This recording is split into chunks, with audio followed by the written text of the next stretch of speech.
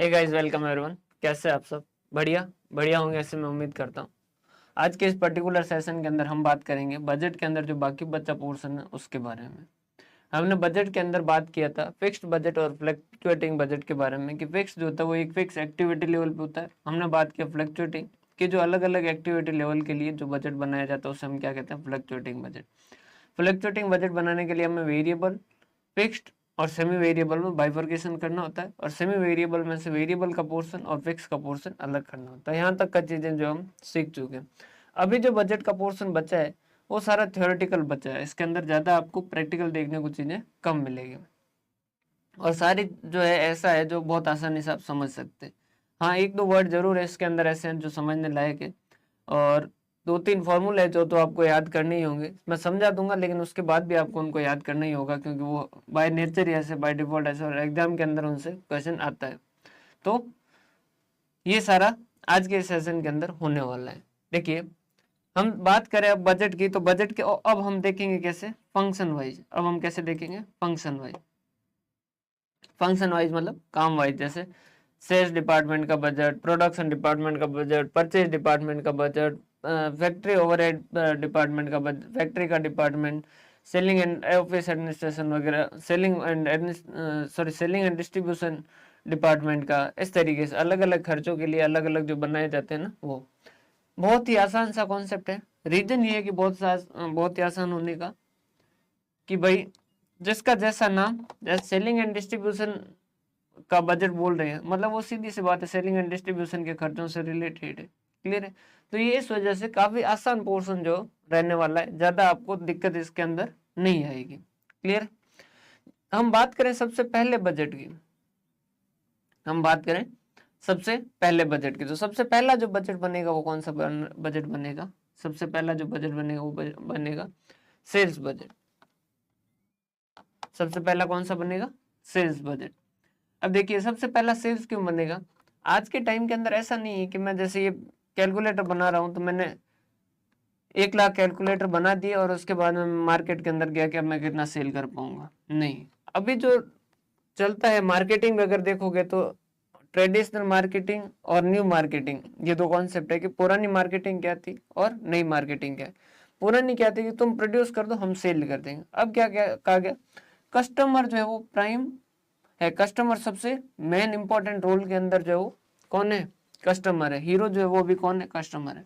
सबसे पहले कस्टमर को ऑब्जर्व करो और उसके हिसाब से आप मार्केट में जाओ, पता करो डिमांड कितनी है और वो जब आपको पता चले तो उसके हिसाब से प्रोडक्शन वगैरह सारा का सारा होगा।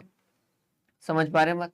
तो ऐसा नहीं कि 1 लाख यूनिटें बना के फिर जाएंगे मार्केट के अंदर की कितना सेल होता, नहीं। आप जाइए पहले मार्केट के अंदर रिसर्च कीजिए, रिसर्च करके पता कीजिए कि मार्केट कितने प्रोडक्ट एब्जॉर्ब करने के लिए तैयार है, मार्केट कितने प्रोडक्ट को खरीदने के लिए मार्केट जो वो अवेलेबल है। वो जब आप तय कर लो फिर उसके बाद में आप क्या कीजिएगा, बाकी सारे के सारे काम है जो कीजिएगा। समझ पा रहे बात? तो ये जो है आपका पहला जो बजट होगा वो कौन सा होगा? Sales budget. समझ पा रहे हैं बात? हाँ जी सर। हाँ जी, तो लिखें, सेल्स बजट जो है ये क्या होगा? सबसे पहला जो बजट होगा वो यही होगा। सबसे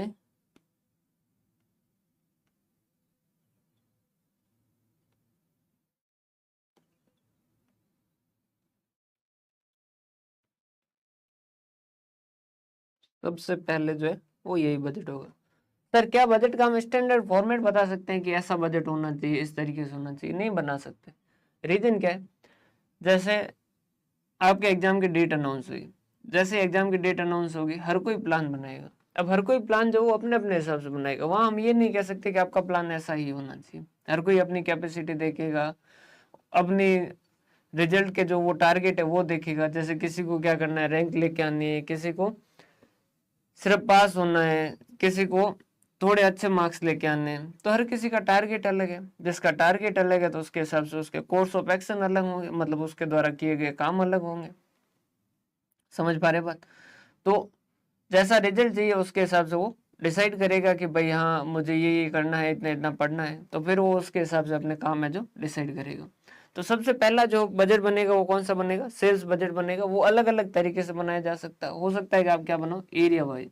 एरिया वाइज जैसे आपकी कंपनी जो पूरे इंडिया में काम करती है तो आप स्टेट वाइज बना सकते हो, आप रीजन वाइज बना सकते हो, आप जो है वो कुछ स्टेट्स का ब्लॉक बना बना के बना सकते हो बजट, कि भाई ये जो है वो वेस्ट वाले ये इन स्टेट्स को अलग कर दो, साउथ वाले स्टेट्स को अलग कर दो, नॉर्थ वाले स्टेट्स को अलग कर दो, और इस तरीके से अलग अलग आपने सेंट्रल वाले जो है उनको अलग कर दो, और उसके हिसाब से जो है वो बना दीजिए। समझ पा रहे बात?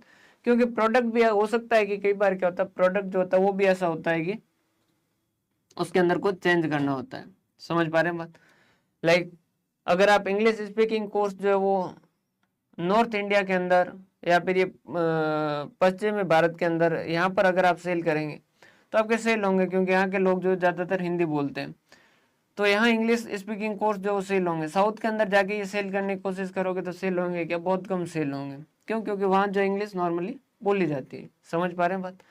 तो इस हिसाब से आप एरिया वाइज टारगेट कर सकते हो, टाइम वाइज टारगेट कर सकते हो। टाइम वाइज कैसे, कि भाई जनवरी फरवरी मार्च के अंदर इतना, या फिर ईयरली बजट बना लिया कि इस ईयर के अंदर इतनी सेल करनी है, इस रीजन के अंदर इतनी सेल करनी है। तो इस बजट को किसी भी तरीके से बनाया जा सकता है, एरिया वाइज बनाया जा सकता है, टाइम वाइज बनाया जा सकता है।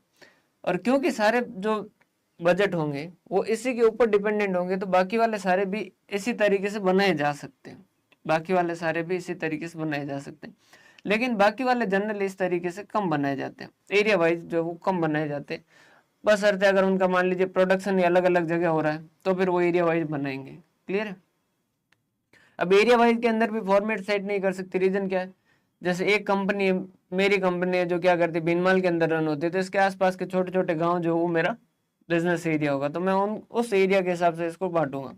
एक कंपनी है जो मान लीजिए मैंने एक और कंपनी है जी, जैसे मैं पढ़ा रहा हूँ, ये जो है वो इंडिया लेवल पे पढ़ा रहा हूँ, तो उस केस के अंदर क्या होगा, मैं इंडिया को पूरे को बांट सकता हूँ। अगर यहीं पर जैसे मैंने इंटरनेशनल रिलेशन जो वो पढ़ाना शुरू कर दिया और वो पूरे दुनिया के अंदर अमेरिका वगैरह में सब जगह मेरा ही नाम चल रहा है कि वाह यार पढ़ना है तो उन्हीं से पढ़ना, तो फिर मैं उस केस के अंदर क्या कर सकता हूँ, पूरी दुनिया को भी बांट सकता हूँ। समझ पा रहे हैं बात? तो वो अलग अलग कंपनी टू कंपनी वेरी करता है। समझ पा रहे हैं बात? जैसे कोका कोला बनाएगा तो कोका कोला स्टेट वाइज नहीं बनाएगा, वो कंट्री वाइज बनाएगा। समझ आ रही है बात? हाँ जी सर। प्रोडक्शन बजट, ये बजट है जी, ये क्या बताएगा कि कितना प्रोडक्शन करना है। ये बजट क्या बताएगा सॉरी, कि कितना प्रोडक्शन करना है। सबसे पहले आपने क्या किया, एक्सपेक्टेड सेल्स डिमांड, मार्केट में गए, पता करके आए कि मार्केट जो है वो कितनी यूनिट है परचेज करने के लिए तैयार है। मान लीजिए मार्केट में पता चला कि 10,000 यूनिट परचेज करने के लिए वो तैयार है। आप पता करो कि क्लोजिंग इन्वेंट्री कितनी चाहिए, क्लोजिंग इन्वेंट्री रिक्वायर्ड, क्लोजिंग कितनी जरूरत है। हमने कहा कि क्लोजिंग जो वो 2,000 की जरूरत है, तो टोटल कितना 12,000 चाहिए। अब पता करो कि इसमें से ओपनिंग कितना पड़ा है, तो हमने कहा कि ओपनिंग इन्वेंट्री अवेलेबल कितना है 1,000, तो ये क्या हो जाएगा आपका 11,000। इतने का क्या करना है, प्रोडक्शन करना है। समझ पा रहे बात? तो प्रोडक्शन बजट क्या बताएगा कि कितने यूनिटों का प्रोडक्शन करना है। फिर उसके बाद में plant utilisation budget, plant utilisation budget ये क्या बताता है, प्लांट यूटिलाइजेशन बजट कि प्लांट कैपेसिटी का कितना प्रतिशत हम यूज कर रहे हैं। देखिए जैसे आप अपने आप को प्लांट मानिए, अगर आप अपने आप को प्लांट मानते हैं तो आप इसको कितने टाइम यूज कर सकते हो सर, 24 घंटे। 24 घंटे को यूज कर सकता है क्या, नहीं 24 घंटे यूज नहीं कर सकता। लेकिन क्या 17-18 घंटे कोई पढ़ सकता है क्या, हाँ जी पढ़ सकता है। 17-18 घंटे अगर वो अपने मैक्सिमम लेवल पे काम कर रहा है तो उस केस के अंदर वो 17-18 घंटे पढ़ सकता है। जैसे सीए फाइनल के एग्जाम के वक्त ये तो प्रैक्टिकल जो चीज थी वो हमने देखी कि महीने 2 महीने 3 महीने हम लास्ट के जो होते हैं वो 17-18 घंटे पढ़े और वो नॉर्मल हो गया था, बिहेवियर हो जाता है। अपने को लगता है कि यार ऐसा कोई थोड़ी हो सकता है कि 17-18 घंटे कोई पढ़ सकता है। लेकिन पहले कुछ दिन जो है वो अनकंफर्टेबल होता है, लेकिन फिर धीरे धीरे आदत हो जाती है। आप देखोगे कि कई लोग जो वो क्या करते हैं, ज्यादा ही मेहनती होते हैं और फिर उनको एक टाइम आ जाता है, फिर उनको वो लगता नहीं है कि वो इतने ज्यादा मेहनती है, फिर वो उतना काम किए बिना नहीं रह सकते। समझ पा रहे बात? तो वो उनका नॉर्मल जो है कितना कि 17-18 घंटे नॉर्मल। अभी जो है कितने कर रहे हैं कि 10-12 घंटे स्टूडेंट जो वो कितने पढ़ते हैं, 10-12 घंटे। क्लियर है? तो ये यहाँ पर हम क्या करते हैं, प्लांट यूटिलाइजेशन के अंदर क्या देखते हैं कि मान लीजिए मेरी प्लांट जो उसकी कैपेसिटी है कि वो 20,000 यूनिट प्रोड्यूस कर सकता है। अब एक्चुअल में कितनी यूनिट प्रोड्यूस कर रहा है, मान लीजिए वो एक्चुअल के अंदर 18,000 यूनिट प्रोड्यूस कर रहा है। तो हम क्या कहेंगे, 18,000 भाग 20,000 मतलब कि हम 90% पर काम कर रहे हैं। तो हम 90% प्लांट को यूटिलाइज करके बैठे हैं। डायरेक्ट मेटेरियल यूसेज बजट और डायरेक्ट मेटेरियल परचेज बजट, ये क्या कहते हैं कि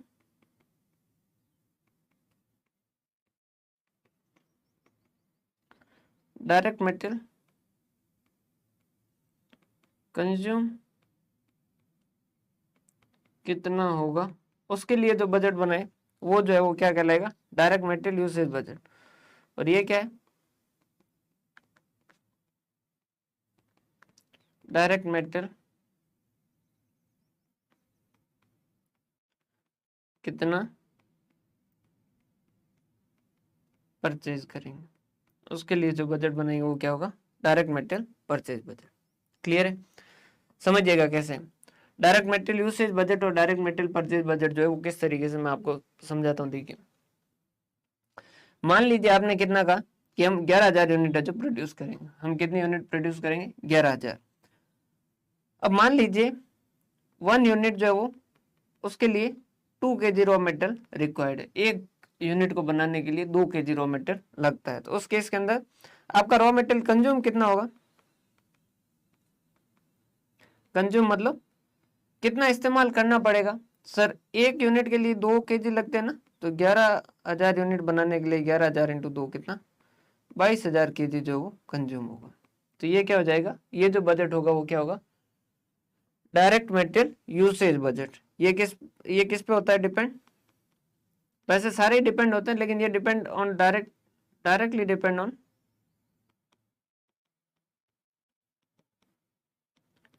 directly depend on production budget. Production ज्यादा करेंगे तो कंज्यूम ज्यादा होगा। क्लियर है? समझ पा रहे बात? अगर नॉर्मल लॉस और अबनॉर्मल लॉस का ट्रीटमेंट दे दे तो कर लेंगे क्या, हाँ जी सर वो भी कर लेंगे, कोई खास दिक्कत आएगी नहीं। मान लीजिए 10% नॉर्मल लॉस होता है तो हम क्या कहेंगे, 100 का इनपुट देंगे, 10% लॉस हो जाएगा तो आउटपुट कितना होगा, 90 होगा। तो उस केस के अंदर 11,000 के लिए हम क्या करेंगे, 11,000 डिवाइडेड बाय 90 मल्टीप्लाई बाय 100, उतने यूनिट के लिए हम क्या करेंगे, इनपुट देंगे। क्लियर है? डायरेक्ट मटेरियल परचेज बजट ये कैसे बनाएंगे सर, सबसे पहले तो आप पता करो कि कंज्यूम कितना होगा। सर हमने डायरेक्ट मटेरियल कंजम्पशन कि सर हमने पता किया कि कंज्यूम कितना होगा, 22,000। कंज्यूम कितना होगा, 22,000। ऐड कर दो इसमें क्लोजिंग रॉ मेटेरियल, मान लीजिए आपको लास्ट में चाहिए 4,000, तो टोटल 26,000 की जरूरत है, उसमें से लेस कर दीजिए, आपके पास है कितना, ओपनिंग रॉ मेटेरियल 26, 26 में से 2 गए, कितने बचे, 26, 26, 26, 26 में से 2 गए, 24,000। तो ये क्या हो जाएगा आपका परचेज बजट। क्लियर है सर? इसमें तो कोई दिक्कत वाली बात नहीं। पर्सनल का बजट का मतलब कि लेबर या एम्प्लॉय कुछ भी कहो, एम्प्लॉय कितना चाहिए। अब ये नंबर ऑफ एम्प्लॉयज में भी बनाया जा सकता है, और के अंदर भी बनाया जा सकता है, कितने घंटे काम करवाना वो भी बनाया जा सकता है, और कितने लेबर चाहिए वो भी बनाया जा सकता है। ये भी क्या होगा, directly depend on production budget, directly depend on production budget. देखिए लाइक आपने कहा कि 11,000 यूनिट प्रोड्यूस करनी, एक यूनिट को बनाने में 4 घंटे लगते हैं, तो कितने घंटे चाहिए? 44,000। क्लियर है? तो ये क्या हो जाएगा आपका पर्सनल बजट। प्रोडक्शन या फैक्ट्री ओवरहेड बजट, तो फैक्ट्री में कितना खर्चा होगा उसका बजट। क्लियर है? अब इनके नाम के हिसाब से एंडिंग इन्वेंट्री बजट मतलब एंडिंग इन्वेंट्री कितना रखना है उसका budget. Cost of goods sold budget मतलब कॉस्ट ऑफ गुड्स सोल्ड कितना होगा उसका बजट। अब सेलिंग एंड डिस्ट्रीब्यूशन में क्या होगा? सेलिंग एंड डिस्ट्रीब्यूशन का खर्चा कितना होगा उसका बजट। एडमिनिस्ट्रेशन एंड ऑफिस, तो एडमिनिस्ट्रेशन एंड ऑफिस ओवरहेड का खर्चा कितना होगा उसका बजट। रिसर्च एंड डेवलपमेंट, तो रिसर्च एंड डेवलपमेंट का खर्चा कितना होगा उसका बजट। कैपिटल एक्सपेंडिचर, तो कैपिटल एक्सपेंडिचर कितना होगा उसका बजट। क्लियर है? सेम वो उसी सीक्वेंस में चलेंगे। कैश बजट क्या होगा? कैश का बजट कितना आएगा।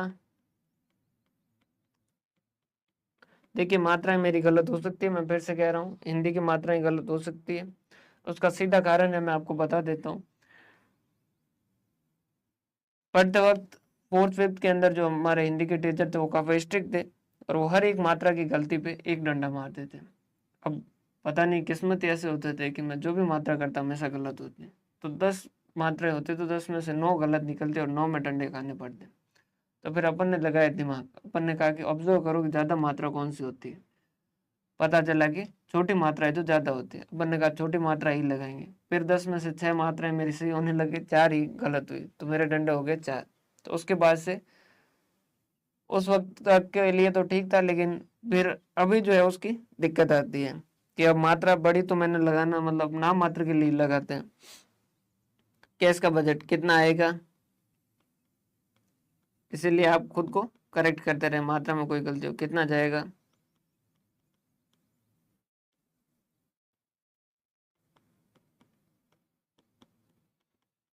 कितना बैलेंस बचेगा वगैरह उसका बजट। क्लियर है? अब वो मंथली आप बना सकते हो, सालाना बना सकते हो वगैरह वगैरह। मास्टर बजट, मास्टर बजट क्या होता है? मास्टर जेड है, देख रखी है साउथ की मूवी विजय। सर साउथ की मूवी देखना रिस्की काम है, अलग अलग है, किसी को अच्छी लगती है किसी को बुरी लगती है। मास्टर बजट क्या होता है? वो बजट जो, ये देखो मैंने बड़ी लगे इस बार, सारी इंफॉर्मेशन रखता है। Budget that contain whole information मतलब from sales to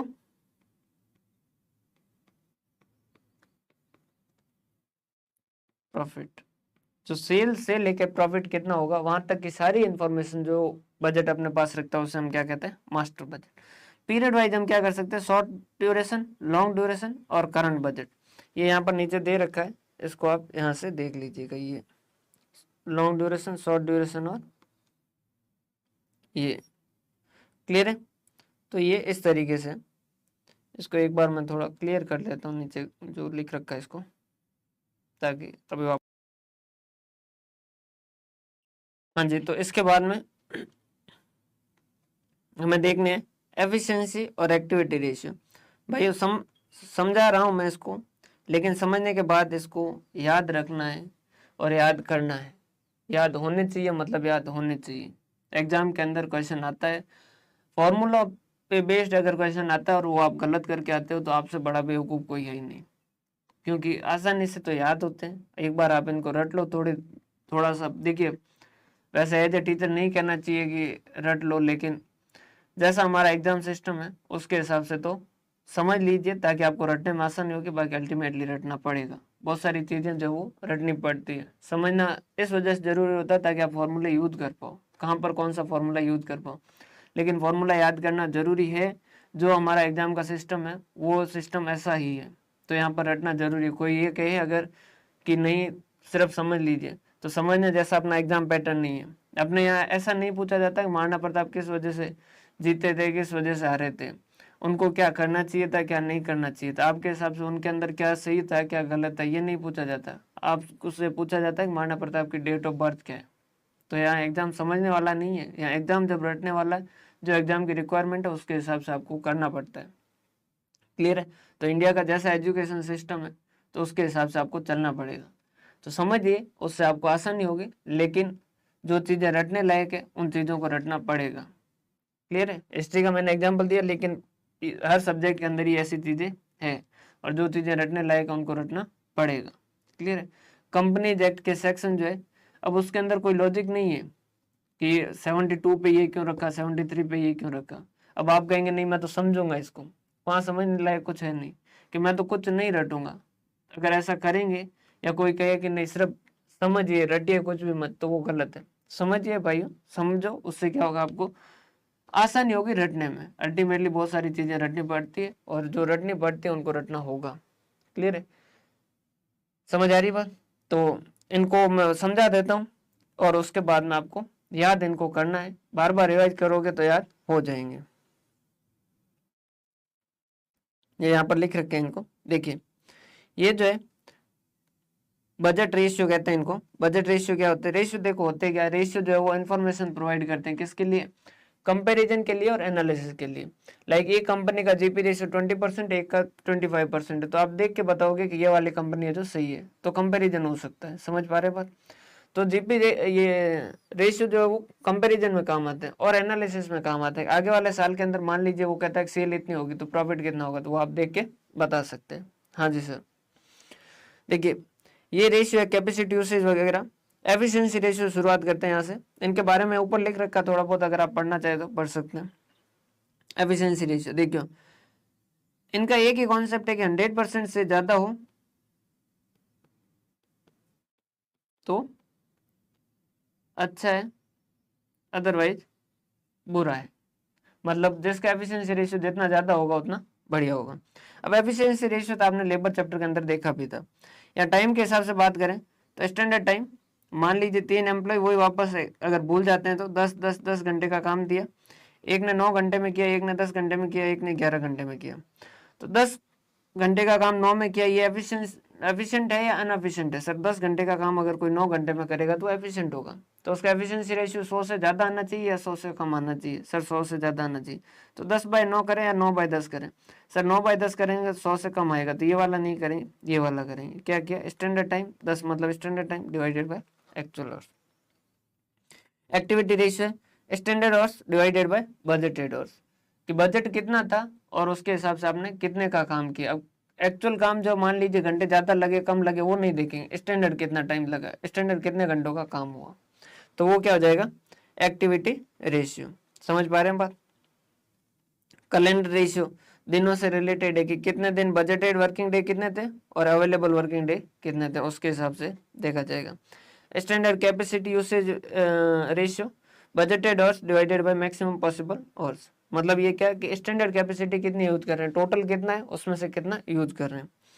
actual capacity usage ratio ये क्या कहते हैं कि एक्चुअल के अंदर कितने घंटे काम किया जो मैक्सिमम पॉसिबल थे उसके रेस्पेक्ट में। और actual usage of budgeted capacity, तो बजटेड आवर्स और एक्चुअल आवर्स का रिलेशन है। तो ये फॉर्मूले हैं और ये 6 के 6 तो आपको याद करने हैं। इससे क्वेश्चन डायरेक्ट पूछा जाता है, मतलब पूछा जाता है, तो इनको तो आपको 6 फॉर्मूलों को डायरेक्ट पूछा जाता है और याद करना है। और अभी बैठ के याद कर लीजिए, जस्ट क्लास के बाद में इन 6 को लिखिए और इनको याद कीजिए। एग्जाम के अंदर क्वेश्चन पूछा जाएगा, मतलब पूछा जाएगा इनसे, इस तरीके का है। इनसे क्वेश्चन बहुत ज़्यादा पूछे जाते हैं, इस वजह से इनको याद करना है। इसके अलावा इसकी जो थ्योरी है वो समझने लायक है और उससे क्वेश्चन काफ़ी पूछे जाते हैं। पहला ये तो बहुत आसान से ही है कि कंपोनेंट ऑफ बजट क्या होते हैं, बजट के कंपोनेंट किस तरीके से होते हैं, किस तरीके से उनको ग्रुप कर सकते हैं। तो एक तो होते हैं फिजिकल बजट, जैसे जो क्वांटिटी के बारे में, यूनिट्स के बारे में बात करते हैं। फिजिकल यूनिट्स जैसे एग्जांपल दे रखा है sales quantity, purchase quantity, production quantity, इनसे रिलेटेड बजट जो है वो क्या है, फिजिकल बजट, मतलब कि फिजिकल यूनिट का जो भी बजट होता है वो। कॉस्ट बजट नाम से पता चल जाएगा, like manufacturing cost, selling and distribution, office और एडमिनिस्ट्रेशन कॉस्ट, इनसे रिलेटेड, ओवरहेड से रिलेटेड। प्रॉफिट बजट क्या होता है, इन्फॉर्मेशन अबाउट प्रॉफिट।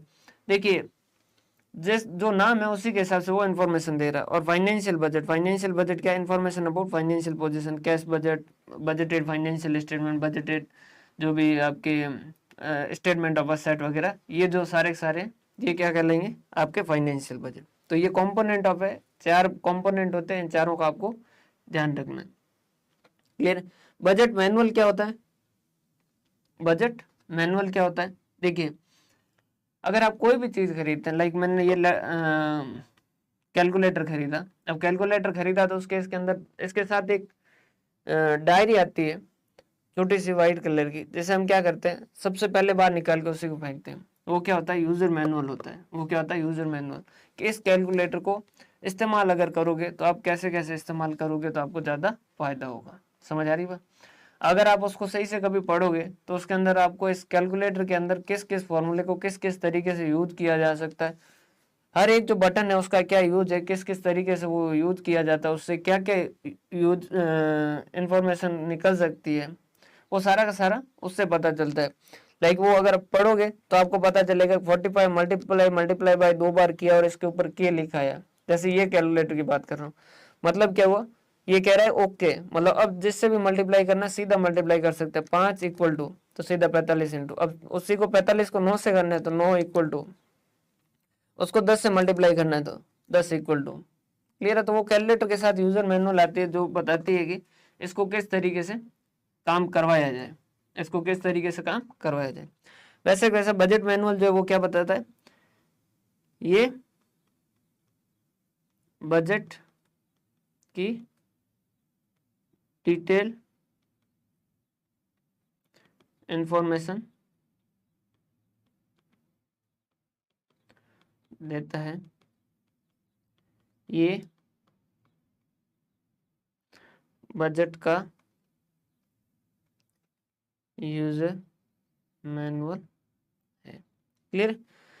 वो टाइम के हिसाब से हमने देखा था, जो बजट है वो short term budget, long term budget और करंट बजट। जो शॉर्ट टर्म होते हैं वो क्या होते हैं, 1 से 2 साल के होते हैं, लॉन्ग टर्म होते हैं वो 3 से 10 साल के होते हैं, और करंट बजट जो होते हैं वो मंथ और वीक के हिसाब से। देखिए टाइम के हिसाब से बजट बनाते हैं। जैसे अगर मैं बात करूँ कि मुझे कहा जाए कि इस महीने का बजट क्या है, तो मैं ये कहूँगा कि भाई इस महीने मुझे क्या करना है, ये सब्जेक्ट कंप्लीट हो चुका और ये सब्जेक्ट मुझे कंप्लीट करवाना है, इसकी क्लासेस लेनी, इनके नोट्स वगैरह उनको सही करना है, और ये चीज़ें इस महीने के अंदर करनी है। एक तो ऐसा बजट बना सकता हूँ, एक मैं बना सकता हूँ कि इस साल का बजट, कि भाई इस साल मान लीजिए भाई अपन तो 31 मार्च के हिसाब से तो चलेंगे नहीं, अपन तो कैलेंडर ईयर के हिसाब से चलते हैं, पर्सनल आदमी के हिसाब से बात कर रहे हैं। तो अपन क्या कहेंगे भाई इस साल जो है वो अपने को फाइनेंशियल मामले में ये करना है, और अपने वर्किंग फील्ड के अंदर ये करना है, इतनी इतनी क्लासेस करनी है, इतनी इतनी चीज़ें पढ़नी, इतनी इतनी नई इन्फॉर्मेशन लेनी है, और इतनी इतना नया ज्ञान जो है वो एक्वायर करना है, और ये क्लासेस रिकॉर्ड करने वगैरह वगैरह, ये सारा का सारा।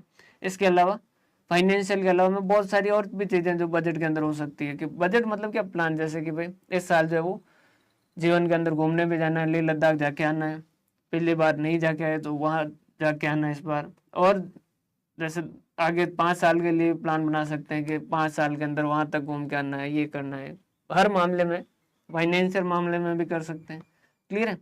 तो ये बजट जो वो अगर 3 से 10 साल के बीच में तो लॉन्ग टर्म बजट है, 1 से 2 साल तक का है तो शॉर्ट टर्म है, बाकी अगर मंथ्स और वीक का होता है तो करंट बजट। अब एक ये देखिए जीरो बेस्ड बजटिंग।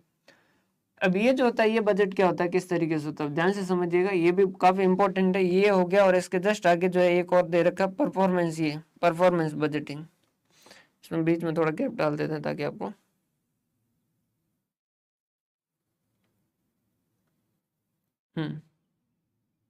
ये जो है परफॉर्मेंस बजट और ये दोनों बहुत इंपॉर्टेंट, दोनों ही बेहद ज्यादा महत्वपूर्ण है, बहुत ध्यान से समझिए।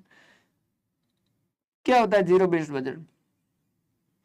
इसका नाम क्या है कि जीरो बेस, कि हमने कोई भी बेस नहीं लिया है। लाइक जैसे कोई एग्जाम आया, कोई भी एग्जाम है, और एग्जाम जो, देखिए जीरो बेस के कुछ फायदे भी होंगे और कुछ नुकसान भी होंगे, मैं दोनों समझाऊंगा आपको। एक एग्जाम आया और उस एग्जाम के अंदर आपको पता है कि 1 लाख लोग जो है वो अपियर होने वाले हैं, और आपको पता है कि उस एग्जाम में 500 लोग ही पास होंगे, मतलब कि 500 माइनस 1 लाख, 99,500 लोग उसके अंदर फेल होने वाले। 1 लाख लोग बैठेंगे, 500 लोग हैं जो सेलेक्ट होंगे, और 99,500 जो वो सेलेक्ट नहीं होंगे। क्लियर है? ठीक है सर। अब आपके सोचने का तरीका क्या हो सकता है? एक तो तरीका ये हो सकता है कि भाई बचपन से मैं तो था डफर, 10th के अंदर भी ठीक ठाक परसेंटेज थे, उसके बाद में 12th में भी ठीक ठाक परसेंटेज थे, ग्रेजुएशन में भी ठीक ठाक ही परसेंटेज थे, तो मैं तो एक बच्चा on an average student. Total state होते हैं, सॉरी टोटल डिस्ट्रिक्ट की बात करें, जैसे राजस्थान के एग्जाम, राजस्थान लेवल पे कोई एग्जाम, तो कि डिस्ट्रिक्ट की जो होते हैं वो 33 होते हैं, उनकी 10-10 की रैंक देखें तो भी 310 तो रैंक होल्डर होते हैं 1 साल के अंदर। तो यहाँ तो 3-4 साल के लोग जो है वो भी बैठे हैं, वो भी दे रहे हैं, तो ये हो गए 33 इंटू 4 ही कर, 3 साल का ही कर लेंगे, 3 साल के लोग बैठे तो 990, मतलब 1000 लोग तो यही बैठे, रैंकर बैठे, तो ये 990 तो ये सिलेक्ट होंगे, फिर मैं कैसे सेलेक्ट होंगे? क्लियर है? समझ पा रहे हो बात? एक तो मैं प्लान बनाऊं इस तरीके से, दूसरा प्लान में क्या बनाऊं कि 500 लोग सेलेक्ट होने वाले हैं, मुझे चाहिए 1 सीट, बाकी 499 उसको जिसको देनी हो वो दे। इस 1 सीट के लिए ये एग्जाम जो है वो 200 मार्क्स का है, मुझे चाहिए, मान लीजिए कि 100 मार्क्स, मुझे 200 में से नंबर चाहिए 100, तो मेरा जो ये सब्जेक्ट तैयार है, ये सब्जेक्ट से अगर मैं देखूं तो इस सब्जेक्ट के अंदर मैं आराम से 20 क्वेश्चन जो है वो सही कर सकता हूँ, इस सब्जेक्ट में मैं 20 क्वेश्चन सही कर सकता हूँ, और इसके अंदर 10 क्वेश्चन सही कर सकता हूँ, तो 50 नंबर तो मेरे अभी आते हैं। उसके अलावा मैं अगर ढंग का सोर्स यूज करता हूँ, ढंग का मटेरियल वगैरह यूज करता हूँ, ढंग की जगह से पढ़ता हूँ, ढंग का मटेरियल कंटेंट यूज करता हूँ, तो उससे मेरे को फायदा मिलेगा। 30-40 नंबर मान लो वहां से आ जाएंगे, मान लीजिए 30 नंबर का हेल्प मुझे वहां से मिल जाएगा, फिर मैं क्वेश्चन प्रैक्टिस करूंगा, अच्छी प्रैक्टिस करूंगा, काफी सारी प्रैक्टिस करूंगा, तो 30 नंबर का हेल्प मुझे वहां से मिल जाएगा, तो मेरे तो होते 110, ये लो मैं तो पास हूँ, मैं क्यों चिंता करूँ? समझ पा रहे हो? तो ये दो तरीके हुए सोचने के। एक के अंदर आपने क्या किया, पुराने जो डाटा थे आपके वो सारे के सारे यूज लिए, पुराने जो डाटा थे वो सारे के सारे यूज लिए। अब पुराने डाटा यूज लेके आप डिमोटिवेटेड भी हो सकते थे और आप खुश भी हो सकते थे। हो सकता था कि आप ये भी सोचने लग जाए कि यार अपन ने तो आज तक कोई एग्जाम में तो फेल नहीं हुए, शुरू से ही ठीक ठाक होशियारी थे, तो एग्जाम आराम से क्लियर कर लें। तो जो पहले के डाटा का बेस लेके बनाया जाता है, एक तो वो बजट हो गए, और एक होता है जो पहले कोई भी डाटा का बेस नहीं बना के बजट बनाया जाता है। जो पहले के कोई भी डाटा को बेस बनाए बिना बजट बनाएंगे उसे हम क्या कहेंगे, जीरो बेस्ड बजट। मतलब ऐसा बजट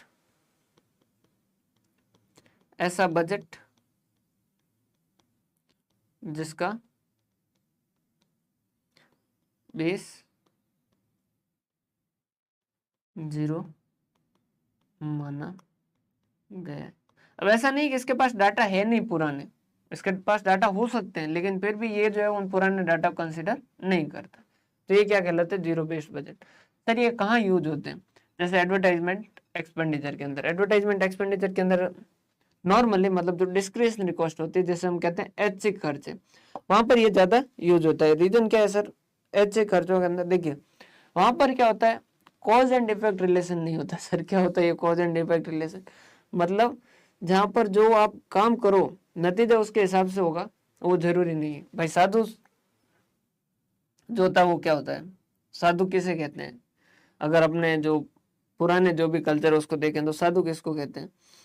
हर धर्म में अपने अपने हिसाब से उसको डिफाइन किया। मैं जिस धर्म को जानता हूँ उसके हिसाब से बता रहा हूँ कि साधु किसको कहा गया, कि जिसका रिमोट कंट्रोल उसके पास है, कोई भी आके उसको गाली दे और वो गुस्सा हो, और कोई आके उसके बारे में तारीफ करे और वो खुश हो, तो वो साधु नहीं। साधु वो है जो खुद के डिसीजन खुद तय करता है, उसको कब खुश होना वो तय करता है, उसको कब दुखी होना है वो खुद तय करता है। क्लियर है? तो वैसा ये जो डिस्क्रिशनरी कॉस्ट होती है ना इनका, तो यहाँ पर क्या हुआ, अगर कॉज एंड इफेक्ट किया, मैंने गाली दी और आगे वाला गुस्सा हुआ, तो वो क्या है, ये कॉज और वो उसका इफेक्ट है। क्लियर है? तो कुछ जो खर्चे होते हैं उनके अंदर तो कॉज एंड इफेक्ट रिलेशन होता है कि इतने का मटेरियल का इनपुट दूंगा तो इतना आउटपुट निकलेगा, वो कॉज एंड इफेक्ट रिलेशन हो गया। लेकिन किसी में कॉज एंड इफेक्ट रिलेशन है जो गायब रहता है, जैसे एडवर्टाइजमेंट खर्चा। मैंने एक एडवर्टाइजमेंट कैंपेन लगाया फेसबुक पे, मान लीजिए आपने फेसबुक में देखा होगा, फेसबुक अगर पेज आप रन करते हैं तो, या फिर आप कुछ भी प्रमोट करना चाहे फेसबुक पे तो ऑप्शन देते हैं। लाइक मैंने 1000 रुपये के अंदर मेरे आसपास का एरिया सेलेक्ट किया और मैंने कहा कि 10,000 व्यू है होने चाहिए, मतलब 10,000 लोगों को मेरा ये एड जो वो दिखना चाहिए। क्लियर है? अब 10,000 के अंदर मान लीजिए पहली बार मैंने जो पोस्टर बनाया वो बहुत ही अट्रैक्टिव था, ऐसा था कि जिसको देखते से ही हर किसी ने क्लिक किया और हर किसी ने उसको देखा। तो उस एड पे मुझे 10,000 में से मान लीजिए 5,000 पे क्लिक मिले, 5,000 जो मुझे लोग मेरे साइट पे आए। सेकंड क्या हुआ, सेकंड टाइम में मैंने फिर ऐसा ऐड बनाया और फिर मैंने 10,000 व्यू के लिए भेजा। क्या जरूरी इस बार भी 5,000 है? नहीं सर, हो सकता है इस बार 10,000 के 10,000 ही लोग क्लिक कर लें, ऐसा अट्रैक्टिव हो तो, और हो सकता है कि 10,000 में से 2,000 ही क्लिक करें, हो सकता है कितना बेकार हो गया 2,000 में से 200 ही क्लिक करें, हो सकता है 100 ही क्लिक करें। तो कोई फिक्स है क्या? नहीं, कोई फिक्स नहीं है। समझ पा रहे हो बात? जैसे मैं ये कह दूं कि मैंने सिटी के अंदर 5 बैनर लगा दिए तो मेरे पास 500 स्टूडेंट आएंगे पढ़ने के लिए, क्या ये जरूरी है क्या? नहीं। मैं एक बैनर लगा के भी 500 बुला सकता हूँ, मैं बिना बैनर लगाए भी 500 आ सकते हैं, मैं 100 बैनर लगा के भी हो सकता है कि 500 स्टूडेंट नहीं है। क्लियर है? समझ पा रहे बात? तो ये मार्केटिंग का खर्चा हो गया, ये डिस्क्रिशनरी। अब हर कंपनी अपने अपने हिसाब से चलती है, कोई है जो ये खर्चा ज्यादा करती है, कोई ये खर्चा कम करती है। जैसे एप्पल का देखोगे, एक साइड वीवो और ओप्पो का देखोगे, हर जगह बैनर लगे हुए वीवो ओप्पो। एप्पल बहुत कम मार्केटिंग करता है लेकिन फिर भी उसका ब्रांड है। क्लियर है? तो वो अलग तरीके की मार्केटिंग है, अब उनके कॉज एंड इफेक्ट रिलेशन अलग है। समझ आ रही बात? तो वहां पर क्या कौन सा बजट बनाना ज्यादा बेहतर रहता है? Zero based budget. ये सिर्फ कॉर्पोरेट एंटिटी में ही नहीं, नॉन कॉर्पोरेट एंटिटी में भी बहुत सारा यूज होता है, गवर्नमेंट कंपनीज वगैरह में भी जीरो बेस्ड बजट जो है वो यूज होता है। तो देखिए, budget with zero base for each activity rather than functional department, ये एक्टिविटी वाइज बनाया जा सकता है, डिपार्टमेंट वाइज नहीं बनाया जा सकता। Useful for corporate as well as non corporate entity. Stages of zero based budgeting कैसे बनाओगे? तो देखो, सबसे पहले तो आप पता कीजिए कि किन के लिए zero based budget banana. Identification and description of decision package, किन के लिए लेना। इवेल्युएट ऑफ डिसीजन पैकेज, उनके बारे में इवेल्युएट कीजिए। फिर रैंकिंग दीजिए और फिर एलोकेशन ऑफ रिसोर्सेज लीजिए। मतलब सर, जैसे 4 एग्जाम आए हुए हैं, आप उनमें से तय कीजिए कि सबसे पहले तो ये तय कीजिए मुझे कौन से के लिए, तो मैं ये वाले के लिए मान लीजिए मैं एग्जाम के लिए अपीयर होने वाला हूँ। सबसे पहले तो वो आइडेंटिफाई किया, फिर उसके लिए इवेल्युएट करोगे इसकी रिजल्ट की क्या रिक्वायरमेंट है, इसके अंदर कौन आदमी क्लियर होता है। ठीक है सर, वो किया। फिर उसके बाद में अब डिसीजन के बारे में भी कीजिए, खुद का भी एनालिसिस कीजिए कि मेरे अंदर क्या क्या है, कि इसके अंदर ये प्रैक्टिकल सब्जेक्ट अच्छे चाहिए, थ्योरी सब्जेक्ट में ठीक ठाक चलेगा। अब मेरा एनालिसिस किया मैंने, प्रैक्टिकल सब्जेक्ट ठीक ठाक है, थ्योरी मेरे थोड़े कमजोर है, लेकिन थ्योरी भी मुझे ठीक ठाक करने होंगे, तो उसके लिए मुझे क्या क्या करना है, तो उसके हिसाब से मैं रैंकिंग करूंगा कि किसके ऊपर कितना काम ज्यादा करना है, किसके ऊपर किसको ज्यादा इंपॉर्टेंस देनी है, और उसके बाद में मैं एलोकेट रिसोर्सेज करूंगा, टाइम को अलोकेट करूंगा। वैसा वैसा कंपनी जो वो भी इसी तरीके से करते हैं। परफॉर्मेंस बजट ये क्या होता है? देखिए, मैनेजमेंट के अंदर अगर आप एक कॉन्सेप्ट देखोगे कॉस्ट अकाउंटिंग के अंदर, अब जब हम थ्योरी डिस्कस करेंगे तो वहां पर हम देखेंगे रेस्पॉन्सिबिलिटी अकाउंटिंग। रेस्पॉन्सिबिलिटी अकाउंटिंग क्या होता है? हम अलग अलग अपने डिपार्टमेंट बनाते हैं और हर डिपार्टमेंट के एक हेड को रखते हैं कि तू इस काम के लिए जिम्मेदार है। जैसे एक जब प्रोडक्शन डिपार्टमेंट, उस प्रोडक्शन डिपार्टमेंट वाले हेड को क्या कहा कि तेरी जिम्मेदारी है कि प्रोडक्शन करना है तुझे, और कम से कम खर्चे के अंदर प्रोडक्शन करना है। तो ये क्या हुआ, इसको जिम्मेदारी दे दी कि तुझे प्रोडक्शन करना है, कम से कम के अंदर करना, कम से कम खर्चा लगाना, मतलब कॉस्ट की जिम्मेदारी दे दी, कम कॉस्ट लगानी।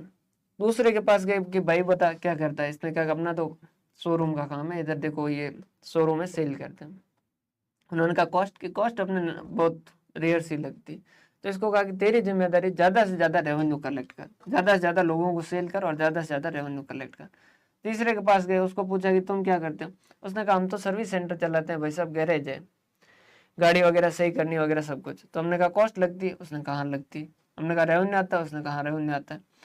तो हमने कहा कि तू प्रॉफिट कमा के दे काम को। ये मान लीजिए अपने ही काम कर रहे हैं, अपने ही बंदे, तो उसको कहा कि प्रॉफिट कमा के देगा। उसके बाद में चौथे के पास गए, चौथे को कहा कि तुम क्या करते हो। उसने कहा कि अपना तो फैक्ट्री का पूरा पूरा प्लान, सॉरी पेन बनाने का पूरा प्लांट है। हमने कहा पैसा, उसने कहा मैं लाता हूँ। हमने कहा प्रोडक्शन, उसने कहा मैं करता हूँ। हमने कहा सेल, उसने कहा मैं करता हूँ। हमने कहा कि तो तुझे पैसा कमा के देना है, ये तेरी जिम्मेदारी। तो वहां पर हमने उसको इन्वेस्टमेंट की जिम्मेदारी दी कि इन्वेस्टमेंट के ऊपर रिटर्न आना चाहिए। क्लियर है। तो ये क्या होता है, रेस्पॉन्सिबिलिटी अकाउंटिंग होती है। मतलब कि एक को रेस्पॉन्सिबिलिटी दे दी, उसके हिसाब से उसके बजट बना दिए, उसके हिसाब से उसका एक्चुअल डाटा देखेंगे, उसका एनालिसिस देखेंगे। प्रोडक्शन वाले को रेवेन्यू से कंपैरिजन करेंगे क्या, नहीं। प्रोडक्शन वाले को प्रोडक्शन का बजट दिया, प्रोडक्शन के एक्चुअल डाटा दिए, उनके दोनों कॉस्ट का कंपैरिजन किया और उसका मेजरमेंट किया कि वो अच्छा काम कर रहा है, पूरा काम कर रहा है। सेल्स वाले को रेवेन्यू का बजट दिया, एक्चुअल रेवेन्यू उसने कितना हासिल किया उसके हिसाब से एनालिसिस हो गया। प्रॉफिट वाले को प्रॉफिट का बजट दिया, एक्चुअल प्रॉफिट कितना हुआ और उसके हिसाब से एनालिसिस किया। इन्वेस्टमेंट वाले को कहा कि 10% का रिटर्न कमाना, मतलब कि अगर तू 1 लाख रुपए लगाता तो 10,000 रुपए का फायदा होना चाहिए, तो उसके हिसाब से हमने कैलकुलेशन की। क्लियर है।